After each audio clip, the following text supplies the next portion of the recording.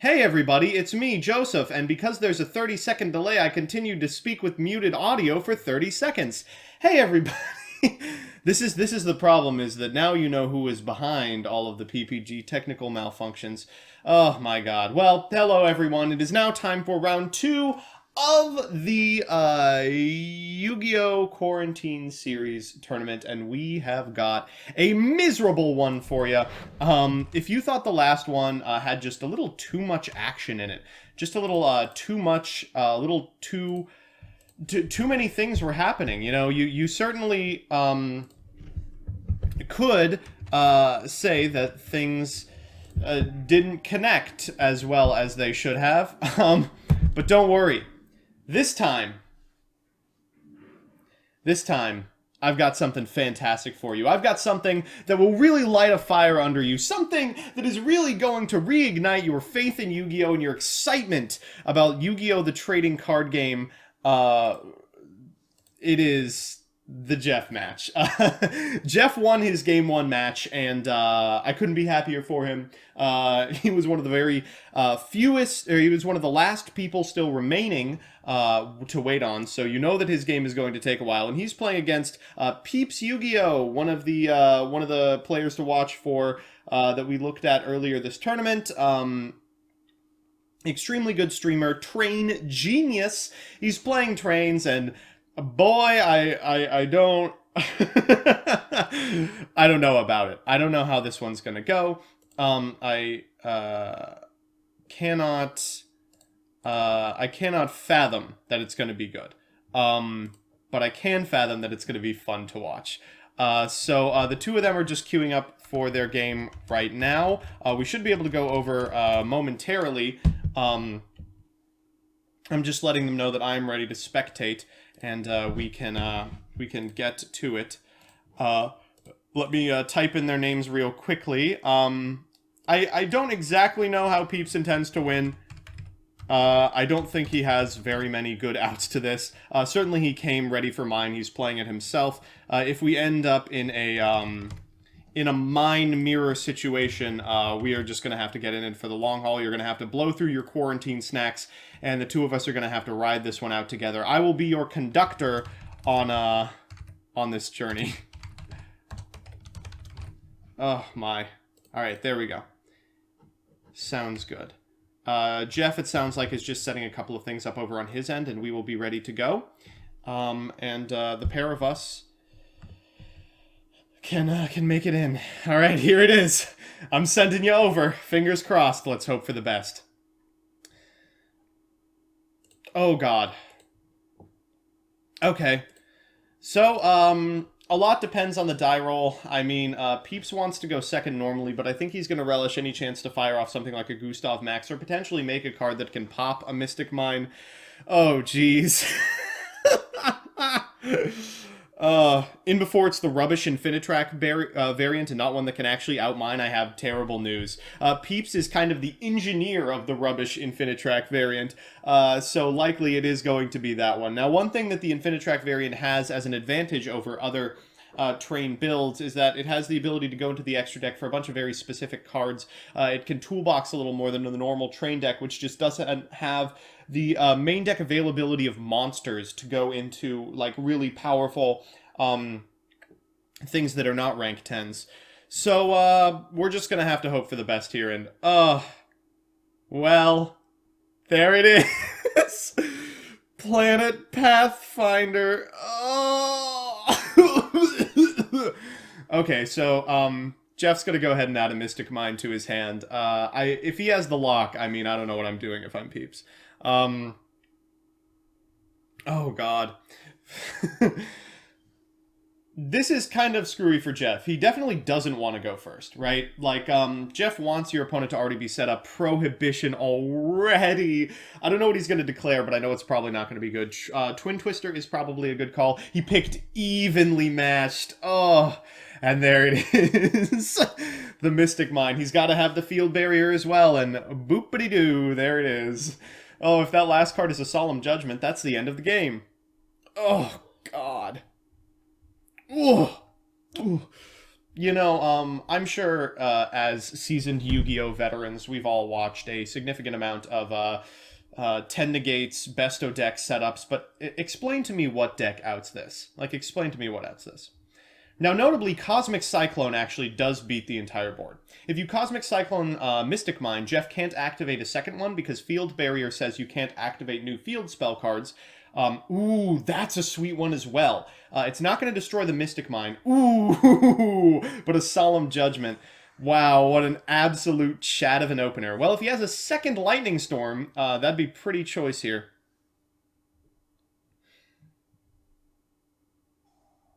Okay, set rotation is just as good! And Peeps, I think, has just accidentally taken this one. Oh, maybe not. I didn't know this is how set rotation works. Wait, excuse me? Whoa!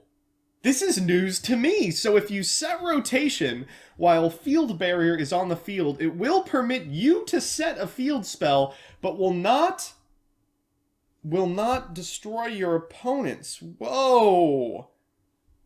Oh, wow. At Cretin. I don't know if that's correct or not, but it's at the very least hilarious. All right, looks like we're setting one card and passing. I mean, so this is this is the plan from this position. Peeps wants to be able to either find another copy of Lightning Storm or a Cosmic Cyclone, or a Twin Twister, I suppose, at this stage in the game. Now, notably, he's not activated this set card. Ideally, or not ideally, I assume the reason he's doing that is because now Lightning Storm isn't out. You can't actually activate Lightning Storm if you have face-up cards. And the other one in the hand, oh my god! Whoa, Peeps drew incredible! Double Lightning Storm, that must have been off the top. Lightning Storm off the top, followed by set rotation. I mean, and then Mystic Mine dies to its own effect. Whoa, crazy!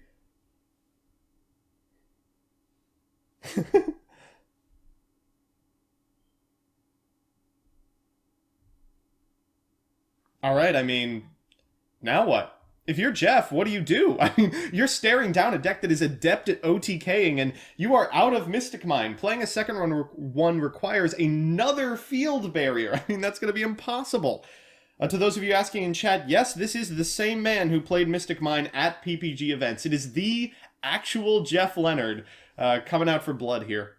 He won his first game in an extremely long best-of-3. Whoa! He said left arm offering, banishing mine and prohibition. What on earth is he trying to get? Oh no, banishing left arm and dimension shifter. He's going for mine. He's going to say either OTK me right the hell now, or I'm going to fire this off on my next turn. Now, from his deck, he's got a ton of outs. I mean, Field Barrier number 2 seals it up for him. If his opponent doesn't OTK him but does commit to the board, that seals it up for him. But honestly, Peeps is an individual who will not miscount. Jeff's only at 4,000. I can't imagine this is going to last much longer. He's going to normal summon the copy of Flying Pegasus Railroad Stampede. That's actually the name of the card? Wow, incredible. I only know it by its OCG name. That's going to special back 9 Express Knight and trigger Dare Crane, and Jeff Leonard's going to concede. Peeps walking away with game 1 against the man himself. Woo! Metaverse is still an out, says Punk. Well, I have terrible news about the text on Left Arm Offering. If you activate Left Arm Offering, you no longer can set cards for the remainder of the turn.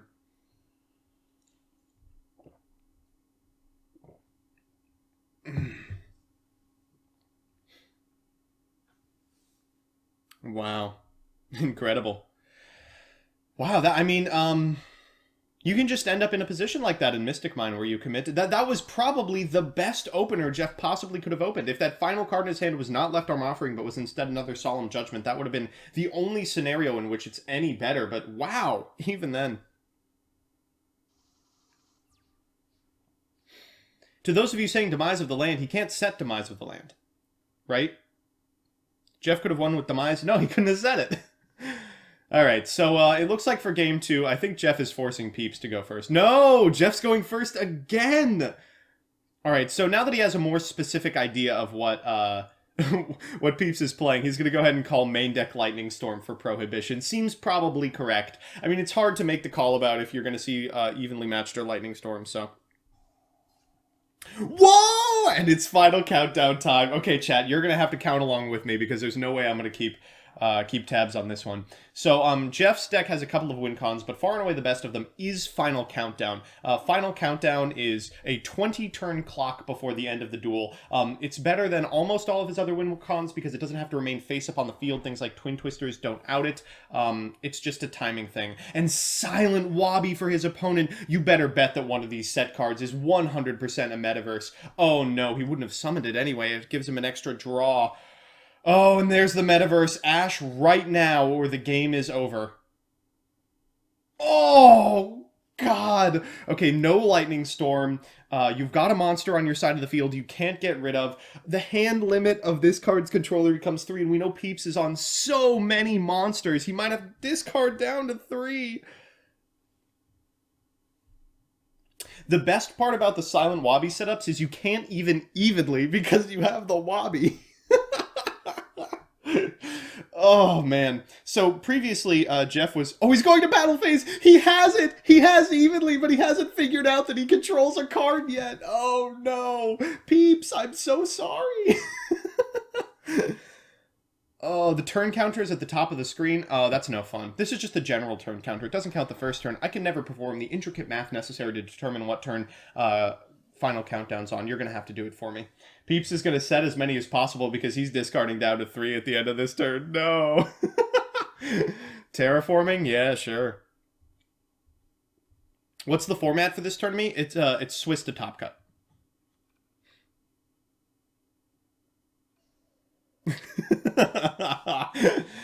Oh no.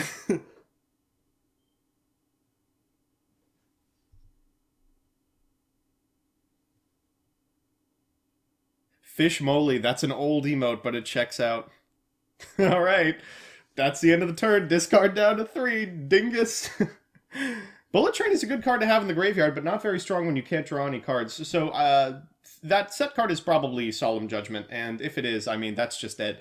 I mean, what do you do from this position if you're Peeps? You have to set cards, which turns off your evenly matched for being effective, unless, otherwise you're discarding them, but at the same time you don't want to do that. He's gonna tribute set a card! The turn it's activated counts as the first. Oh, good. So this is actually important. You can evilly, but you have to set a turn and don't banish everything. Yeah. So that's the idea. He would go down to 2, and of course the 2 would probably be Mystic Mine and Prohibition. But still good as an MST for this potential Solemn Judgment. Unfortunately, it doesn't work because Silent Wobby forces him to discard down to 3, so he set fearing the worst. Could a rank 4 salvage this? Probably not. And Left Arm Offering, God, I can't imagine we're going to double Silent Wobby in the opener. I think we're getting Oracle here. Yup, and there it is. This is the lock.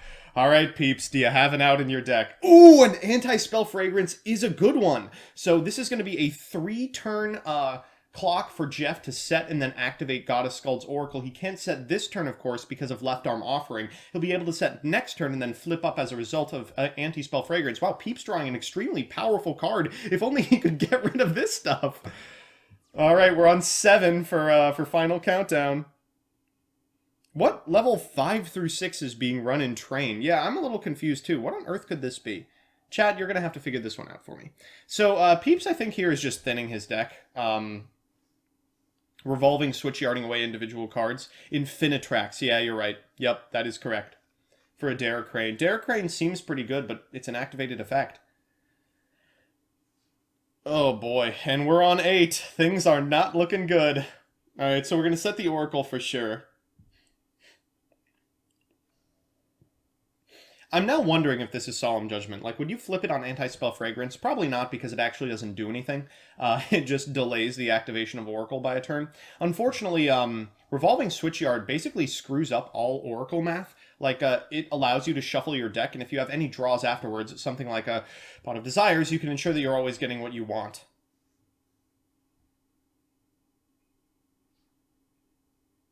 Oh, man.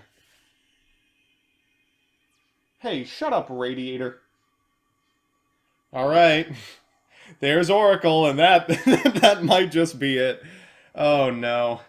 All right, so Oracle's gonna shuffle the top three cards of Peeps' deck, and yikes! I mean, that's 100% the end of the game. Once you get locked under Oracle, even if you have a way to artificially shuffle your deck, something like a revolving switchyard, your draw phase is always going to be exactly what Jeff wants it to be. And if that's the case, I mean, you've got very few turns to out this. You've got to find something in the next four draws, and Jeff will control every single one of them.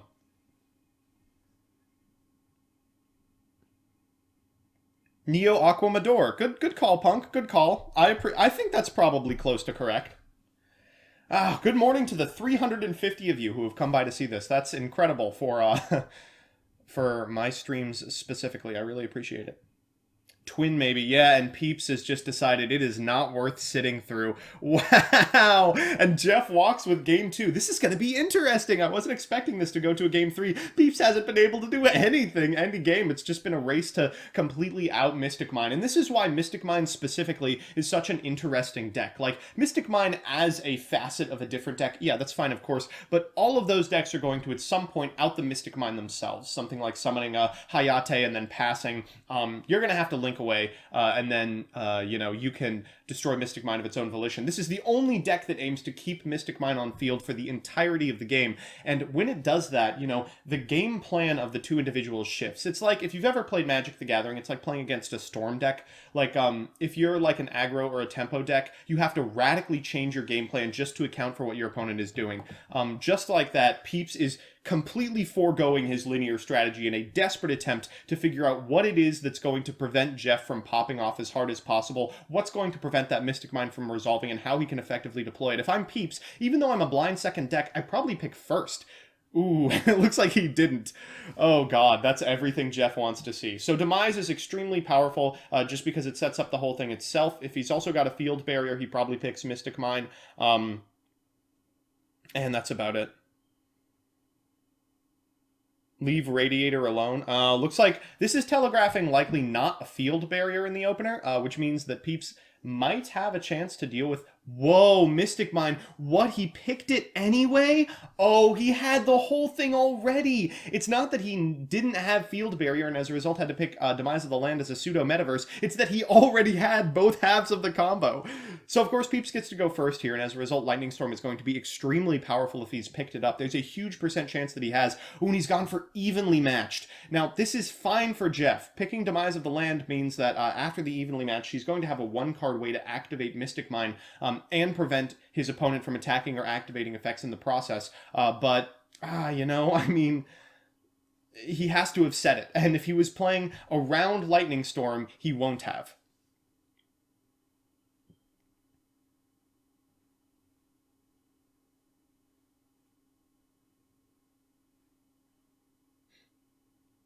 To those of you saying going first would be a death sentence because he has to hope he can't set a Mine Lock, Mystic Mine does have an activation. So you activate Mystic Mine, and then you can respond with a monster effect to destroy it. So if you have something like, this came up for me a lot, Dystopia, you can activate its effect to destroy Mystic Mine. If you're Peeps, there are rank 10s that destroy spells and traps that he can potentially destroy Mystic Mine with as it's activated. That's a pretty poignant win condition. Jeff for Worlds? Well, if there's going to be a Worlds... Whoa, and yeah, he's drawn down to Demise of the Land. Now, if you're Peeps, you probably know this. I think probably what you do is you pass here, and then on your next turn, you start normal summoning monsters. Just like normal a Railcar and like attack. Like, that's got to be good enough, right? Like, what is Jeff going to do against a Flying Pegasus that's just sitting in attack position?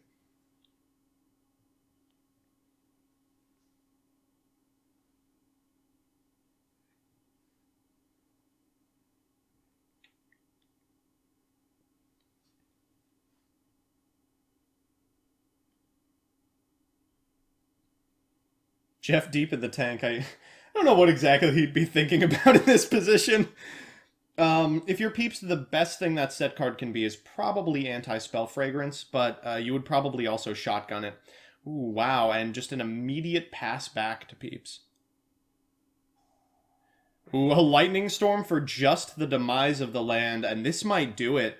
If he's got a Derricrane in hand, or the Speedy Express Bullet Train does it as well, he can do a ton of damage here. We're going to go into Gustav Max and then Liba. Jeff's going to need something very particular in order to get out of this one. All right, there's 2000.